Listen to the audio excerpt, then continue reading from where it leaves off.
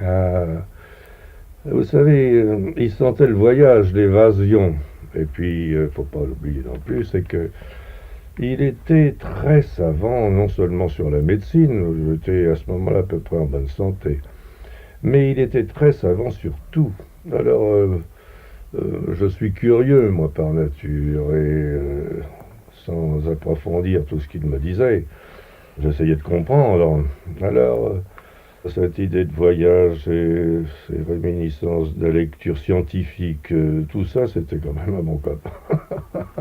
un copain. Un copain comme on en rencontre très peu, vous savez.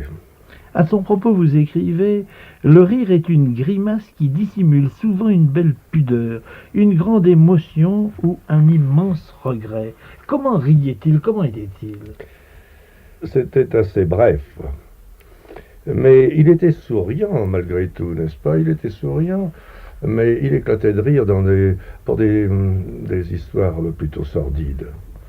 Pour me choquer, très souvent, il le faisait. C'était quand, par exemple, il m'a demandé d'assister à une exécution capitale, parce que j'oubliais que parmi les décorateurs du 31, il y avait aussi mon ami Guichard, qui était le fils des fameux Guichard de la bande à Bonneau, ceux qui ont arrêté la bande à Bonneau. Vous savez, c'était pas des dégonflés, ces mecs-là. Hein.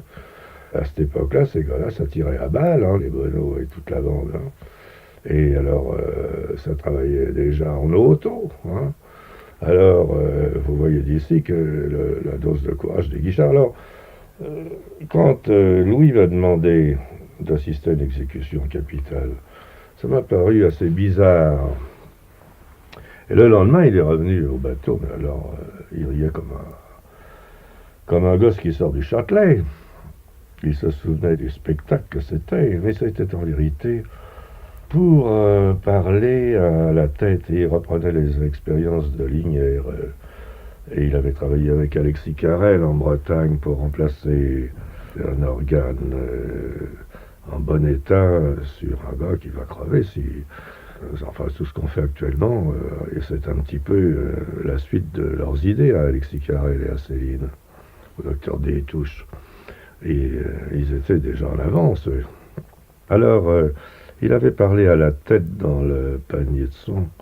J'étais très émotif, évidemment, n'est-ce pas? Je ne dis pas que je sors encore un peu, mais enfin, j'étais très émotif. Et pour me faire digérer le spectacle, il me racontait ça en riant, en riant. Il était heureux d'avoir parlé à la tête et de m'annoncer froidement qu'elle était morte au bout de 2 minutes dans ses mains. Vous avez parlé tout à l'heure de votre bateau. Qu'est-ce que c'était que ce bateau? Et est-ce que le docteur Détouche vous accompagnait sur votre bateau? Alors ça, quand, vous savez, j'étais la troisième péniche sur la Seine à cette époque-là. Et il y en a une que j'ai oubliée, c'est celle de Archidéacon, Un des promoteurs de l'aviation? Oui, oui, celui-là, oui. Il avait seulement lui avait un vrai bateau de micheton, alors en fer avec des vraies fenêtres, enfin c'était installé pour quoi. Tandis que les branquignoles dans mon genre, il y avait De Geter était le premier dans Paris. Il est venu sur Mario Virgalan, il venait de Belgique avec une très jolie fille, mais De Geter. Et puis mon ami Valbin, qui était architecte des Beaux-Arts, diplômé, qui a été président du bal des 4 arts 5 ans. Il avait le goût de la mer et de la rivière, lui aussi des évasions, quoi. Alors, il avait installé un morceau de bateau, un morceau de péniche. Et ça faisait 2 en tout.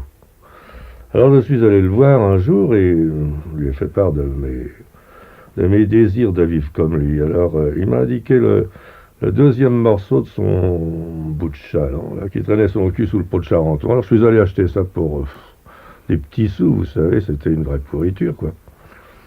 Et alors j'ai aménagé ça, et puis j'ai commencé à vivre sur l'eau, mon goût, quoi. Mais c'est